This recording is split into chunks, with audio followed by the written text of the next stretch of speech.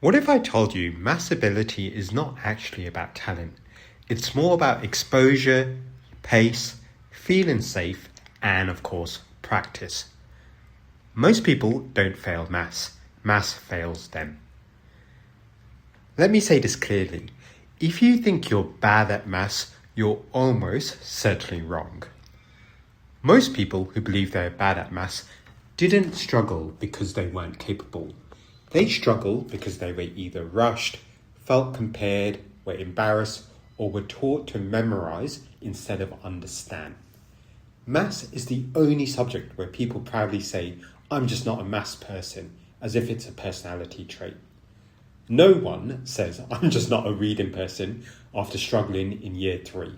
But with maths, one bad experience can label you for life. Here's what actually happens. You miss one key idea, just one, and everything feels confusing after that.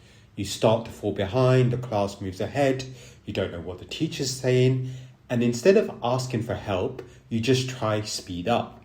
And speed kills understanding. Let me tell you a secret. Maths is actually slow.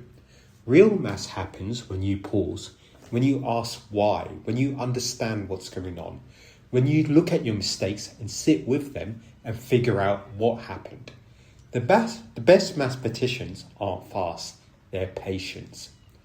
So, if you've ever felt anxious in a maths class, if your mind went blank, if you felt like you're asking stupid questions, that isn't a sign of lack of intelligence. That's your nervous system trying to protect you. And you can't learn in that state. You can't learn when you're scared.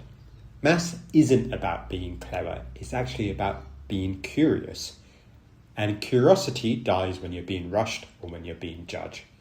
So if you are listening to this and have avoided maths for many years now, I want you to hear this. Your ability didn't disappear. You were never broken. You were just bruised under pressure. And the moment you slow down is the moment you learn in a safe place. The moment someone explains why, instead of saying just remembering this, maths will start making sense. Not because you suddenly got smarter, not because you weren't always capable. The true answer is you are always capable.